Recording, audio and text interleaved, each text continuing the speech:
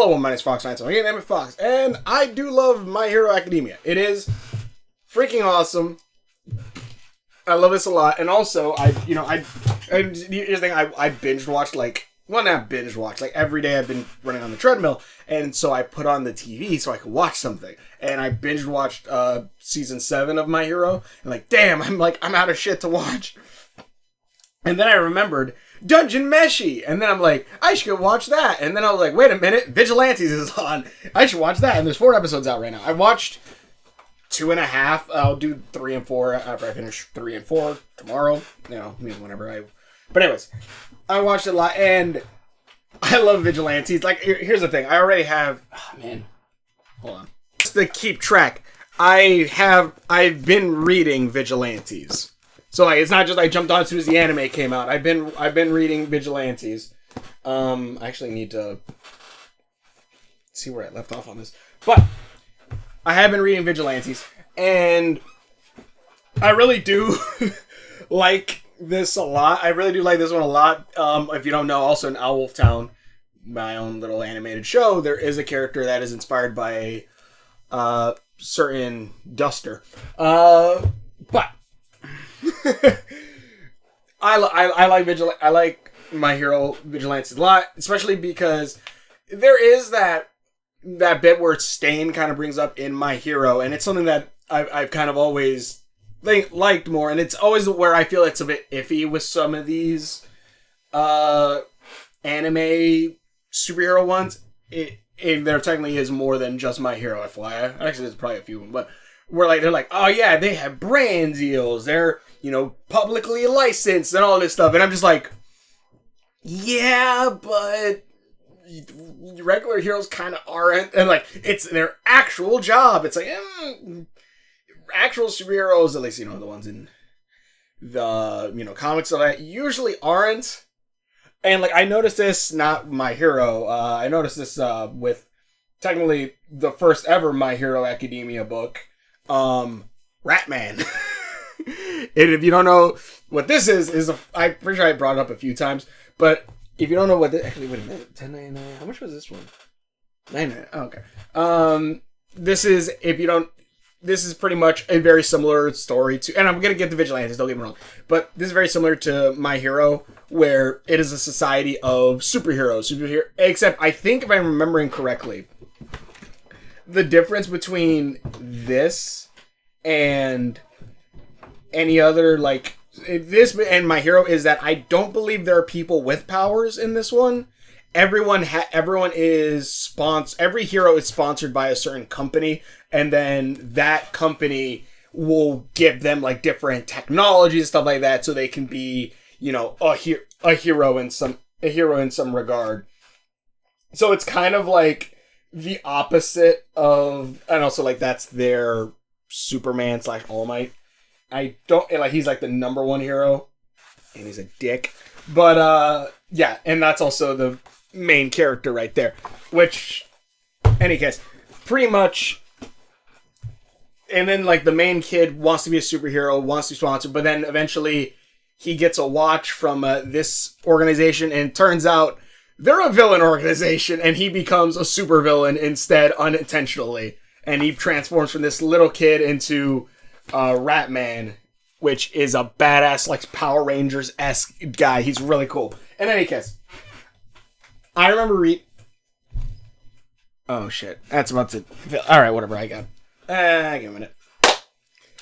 Sorry, back. But, pretty much, this one kind of hit this. I remember reading this, and because I don't usually read the back all that much with some of these, when I read that, I was kind of stunned, oh shit, and a lot of it is pretty much him and this quote unquote villain organization going against the superhero society, which also led to certain villainy, or learn some pretty much other things, and pretty much him becoming a hero in outright. Also, he has a rage mode, which is different from super mode, which is badass and cool. So I like this one a lot. And it very much is, he's a hero without being an official hero. Hell, one of my favorite versions of Deku is Vigilante Deku. Well, no shit. Because I like this one line. He's not sanctioned, but he's just going around helping people and saving people. I love this. I love this version of him for that. Yes, I like his dark colors and all that shit too, but he himself, I like that entire arc of him going out and just helping to help people. I love that.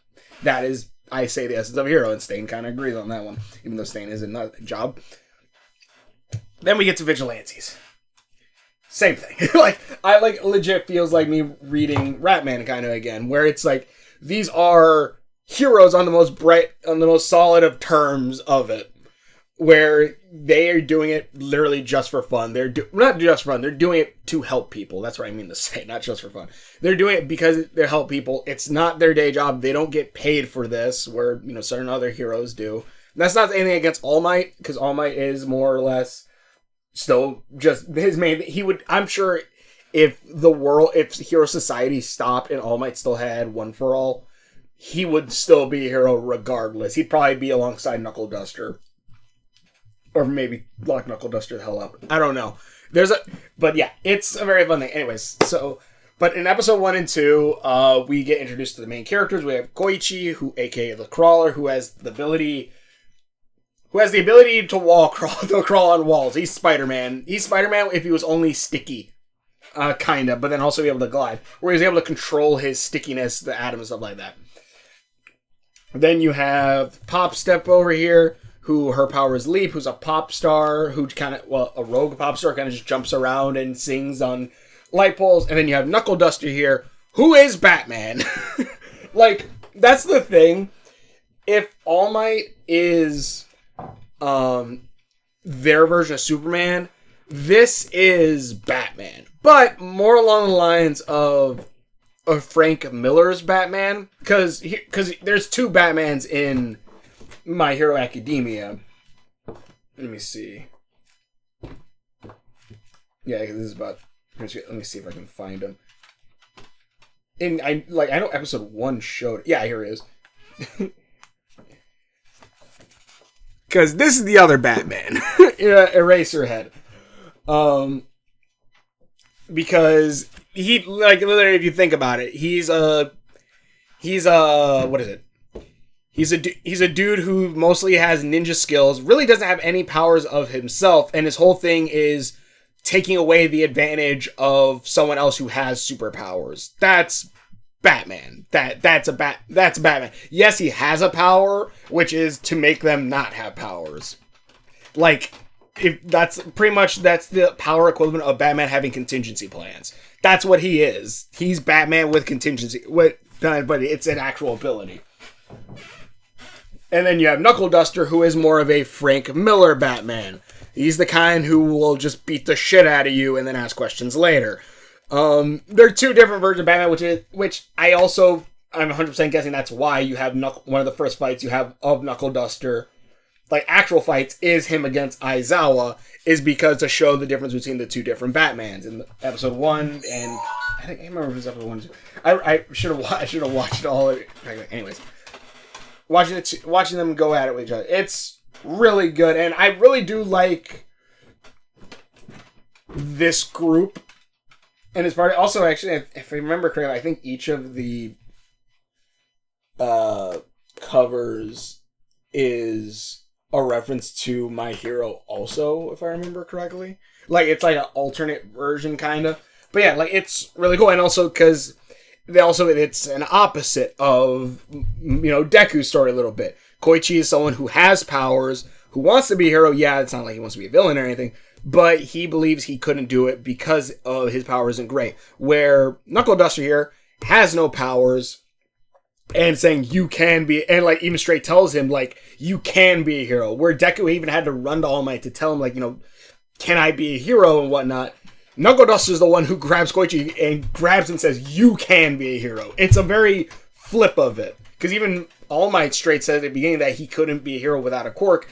And Knuckle Duster's you don't need a license or a flashy power to be a hero. And it's a very cool, back and forth. There's also All Might right here. But it's a really cool difference between each other, which I thought is really cool. And then, pretty much... let me see, because episode 1 is this possibly homeless man, trying to track down people who are spreading that overhauls cork boostering drug, and stop him. Koichi's helping because, one, he thinks Knuckle Duster will get in trouble if he's not there to help, but also he does want to learn from Knuckle Duster. He wants to be a hero, which also even him and Deku both have the the will, like the All Might praising. All Might even appears in the first episode. Koichi, however, I will say has the better starter outfit than Deku. Like, don't get, like, Deku's original outfit, I don't know, everyone says, like, it's a bunny. I'm like, that looks like a donkey. I'm like, but, like, his outfit obviously gets way better. I need to review the figure I think it's the Figma figure I have of him in, like, his final outfit. But yeah, and then, Popstar is also, like, becomes a friend, is one of the first people Knuckle Duster and Koichi help save together. And then eventually it's those three working together and being a found family together. And just FYI, Owlwolf Town, which is my own animated thing, is slightly, I love the found family in the Owl House, which is a big inspiration for that. But also I love kind of the found family with this, because this motherfucker just moves. He just moves into their house, into Koichi's place. Popstar kind of just pops in as well, and just pops into like Koichi's, and like they're just treating it as their home. And Koichi, I love Koichi because he's like, man, this is not what I thought like my college life would be, but he's like, but I like kind of like it, and I'm like, that's so cool. And like even like I love that shit so much.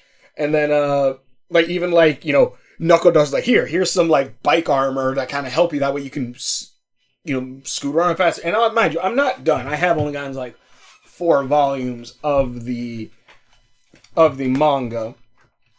So actually, if anything, I think I've only read the first 2. I need to finish reading these 3. I bought these like years ago. I just haven't. They've just been in storage for like the longest ass time. But, like, yeah, like, I know we're going to see some other characters pop up as well, like Ida's brother, who we know eventually gets killed by Stain, as well as we're seeing more along the lines of what happened in between, before Deku and a little bit after. Like, even Deku's mom pops up in this, which people kind of got upset because they made her skinny, which in the actual storyline, yeah, at that point she is skinnier because she doesn't really get a little bit bigger till after the fact. Like, yeah, here she is. So, and also it's cool that Deku is the one that kind of leads us into this world, because he's his voice actor is the one who explains the world and everything with it. So I like that. I'm trying to think of what else is there. And, like, there's cool things, too, like Knuckle Duster jumping off a building and slamming into a garbage thing. And then later, Koichi, after saving Popstar, which he does the same thing with Deku is, and which I always love, it's like the your body moves before you can think. And Koichi uses his gliding powers to glide up the side of the thing so he can help Popstar jump, use him as a lever pressure to pop off so she doesn't slam, and then he falls and he lands in the garbage thing too. But mind you, he didn't know that, but it's really cool. It's really bad. God, he's a badass. But it's a really cool story that I love. And again, I feel like this fits more the idea of, heroes a bit. Because they, again, like even Koichi brings up, like, we're not pros. We don't make money off of this. We're just doing it to help people. And I like that. I like that a lot. Mind you, the people are also using Knuckle Duster as an example, saying, you don't need powers to be a hero in this. I'm like, have this I like Knuckle Duster. Don't get me wrong. He's a badass. Have him fight Overhaul. How the hell is that gonna go? Or hell, have him fight Shigaraki before he becomes one for all. All for one. Before he becomes all for one. Like, Knuckle Duster is cool. And mind you, the main manga also kind of brings up, yes, you can be a hero without powers. That's why All Might has the armored suit, and why Deku eventually gains, where All Might gives him the new armored Deku suit. Like, technically speaking, yes, it is saying you can, but you're gonna have to need a ridiculous amount of tech to kind of make it work. Very futuristic tech. I'm kind of excited to see how that's actually gonna play, because I think there's supposed to be an extra chapter for that, so I want to see how that'll work.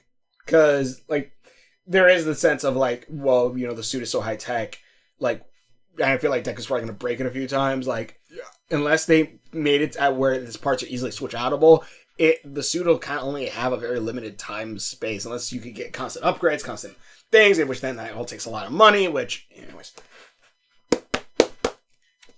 This is a good stories. I'm liking the first 2 episodes. I love the thing where, like, you know, them all working together. I love all that